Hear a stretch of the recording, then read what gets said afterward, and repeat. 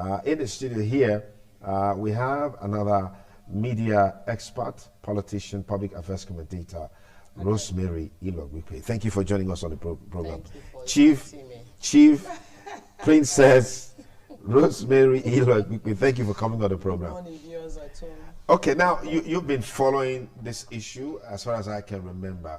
What disturbs you most about this incident?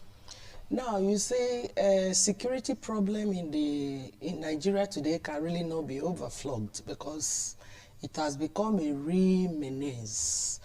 The security situation in Nigeria today can be likened to the pandemic that we have right now, eating up the world. So it's not something that any sane person will look away from. It is something to be worried about. It is something to cry about. Because like us here in Edo State now, we are practically living in a world of captivity. Because we are no longer free. The security situation is alarming. We all know what just happened last week, where one of our illustrious sons who came to this country, came to this state to spend his time in his own land, was killed by bandits. You know, bandits who for evil's sake, we really don't know how to place them. But why we should be calling them, HERDSMEN, whether we should be calling them militants, whether we should be, I don't really know how to place them. For a man to leave a country so far away where he has his peace, just because he want to come to his home, he was killed by bandits in his own state on his way back. It's something to worry about. It's something that worries everybody. It worries me. That is why I'm here. Because something needs to be done urgently for Edo State, particularly. Because somehow we have been rounded up. Somehow we have been rounded up, because when you look at the way other parts of the country are handling the security situation and Edo State is not doing anything, it is obvious that Edo State is becoming an heaven for the herdsmen that are marauding our forest. From the east, they are being driven. From the west, they are being driven. Edo State is not saying anything. I don't know what they are doing. They are allowing open grazing everywhere. So those bandits that are, these people, from the way this whole thing is, they don't even look, majority of them don't look like Nigerians to me when I see them on videos. After all, the president readily said that our country were invaded, that those who fought the Libya war, some of these, mercenaries that fought the Libya war have found themselves into the country. What are we doing about it? Because like Don Pedro rightly say, most of them, they say they don't even speak Hausa, because you can't see a Fulani man who is in Nigeria who cannot speak Hausa. They only speak Fufude, which is their Fulani natural ethnic language. So how did we allow ourselves to get to this level? That a country is being invaded. In fact, some of them, the way they dress, you will liken them to people from Mali. People, it's alarming what we are seeing now. And the governor particularly need to do something about Edo State. Okay.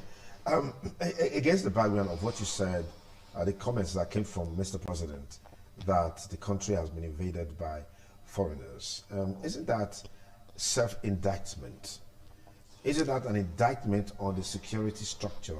Exactly. Yes. Exactly. This is what we are saying about. As much as the president, they say they are doing their best, we want to see the reality, because if you have agreed as a commander-in-chief that most of them are militants from other parts of Africa, then what are you doing about it? Nigeria have the most porous border you can think about in this Africa, from the way it's looking. And because Nigeria is a big market for all African countries, everybody is heading towards Nigeria. And they are invading us. Nobody is monitoring. Nobody is asking questions. People are just everywhere doing what they like. And the security apparatus that have said these people are mainly foreigners, have not been able to even show us these foreigners. Okay, this much we have captured. They are from here, they are from here, they are from here. How do we go about it? Now, we are not going to just put the blame on the table of the federal government alone, because every month, security votes are paid to all governors of the federation. Our state governor is not an exception. It's not an exception. Yeah. He earns over 700 million on security votes every month. So what is he doing with the money? If there was if they were serious about the security of Edo people, I don't think we will get to this level. I just came to Edo State. I'm going back home to Edo North, where I'm from, and my people are telling me, no, don't come. The situation on the road, if they capture you, this one, that one, or readily enter a public motor, let your driver come ahead. What kind of, am I living in a prison yard right now? So the governor and the government of Edo State should be called out. Do you think that the governors are handicapped in this fight against this level of I don't think so, because why don't you every think so? governor have his state, he has his territory to protect. Fantastic. That is why people like the governor of Oyo State, the governor of Ondo State, and the rest of them are standing up for their state. But in those states that you're talking about, take for example Oyo State, even in the southwest, one individual has come out to lead the way, Sunday Igbo, because people have also said that the biggest challenge in this fight against insecurity, you make the state governors the chief security officer. They don't control the army, they don't control the police, they don't control nothing. Isn't that a challenge in the fight against insecurity? Isn't that some sort of impediment to the operations and fight against insecurity on the part of the governors? Okay, let's assume that is a part of that part could be a challenge, okay, because it is the way the system is built. But what about the security vote that is given to you? There is no governor, like in River State where I mainly base. You see, when the road become a no-go area for people traveling within Port Harcourt through the Niger Delta, the governor got up, put bounties on the head of known criminals, and said, anybody, the police, the army, you all are involved. As far as you can get these people, you have this million waiting for you. As far as you can get these people, you have this million waiting for you. In no time, the road is better than what it used to be. Because in no time, you saw army bringing out the main kingpins that were making the road unpassable, that make kidnapping their daily, job on that road. Okay. And this was combed to the barest minimum. So I would like to say, we, as far as the governors of state do not control those apparatus, it doesn't mean that they don't have power. That is why they gave them the security vote. I believe that if our governor puts his security votes to work properly and work with the police properly, Edo State will be safer. I mean, we are not safe here. It's not a joke. It's not a joke at all that I cannot go to my village. I can't go to my community.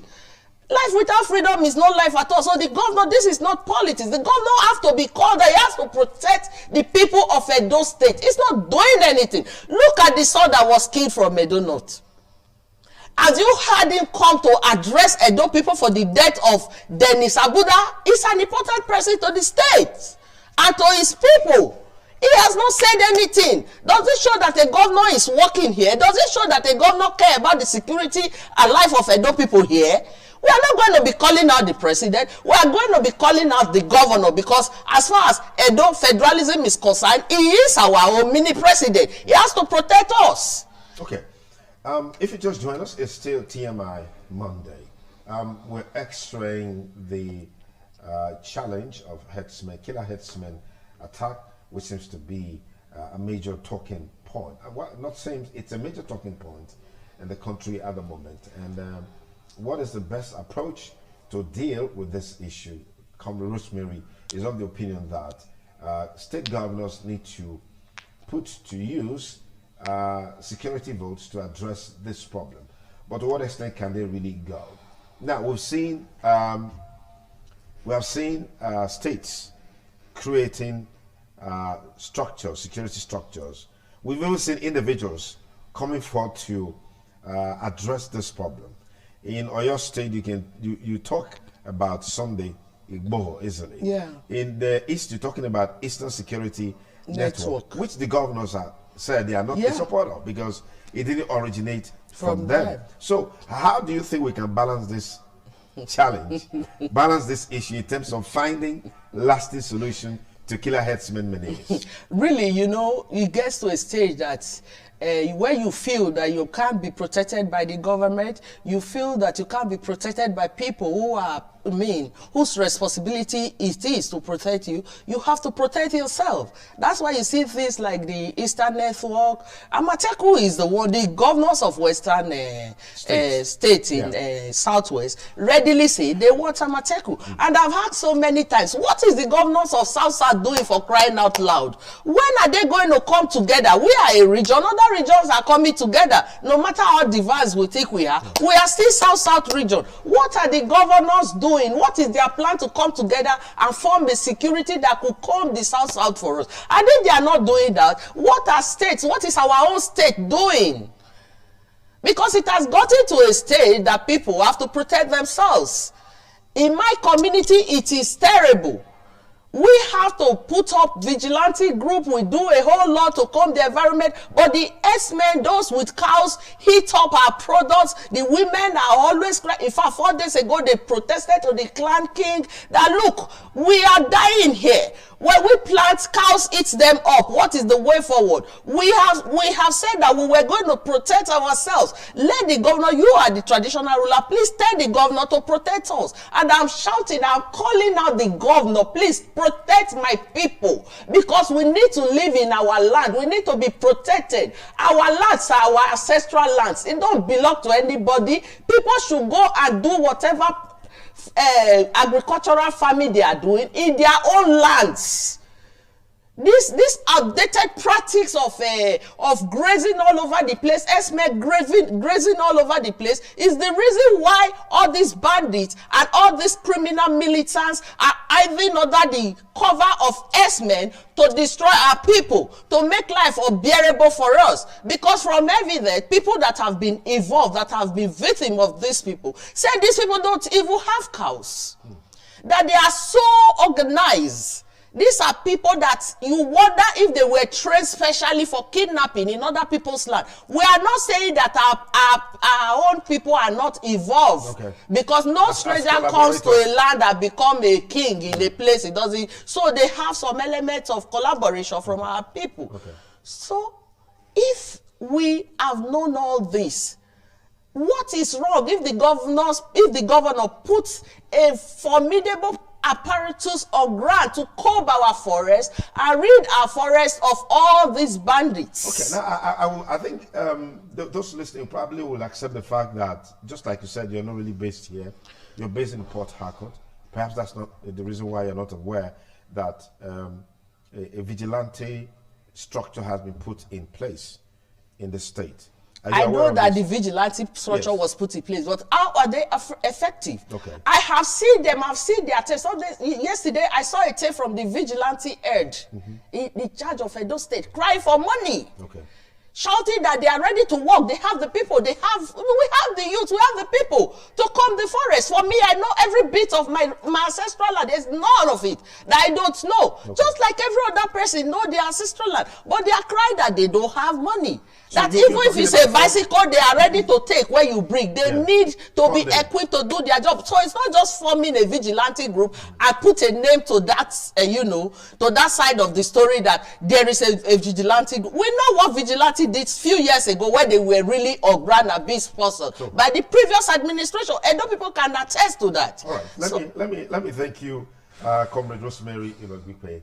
Ogbeme. Yeah, Ogbeme. Our time is up on this discussion. I wish you came much earlier. The road is unpassable, Of course it is. Thank you for coming on the program. It's the TMI Monday with yours sincerely. We'll take a short break. Please stay with us.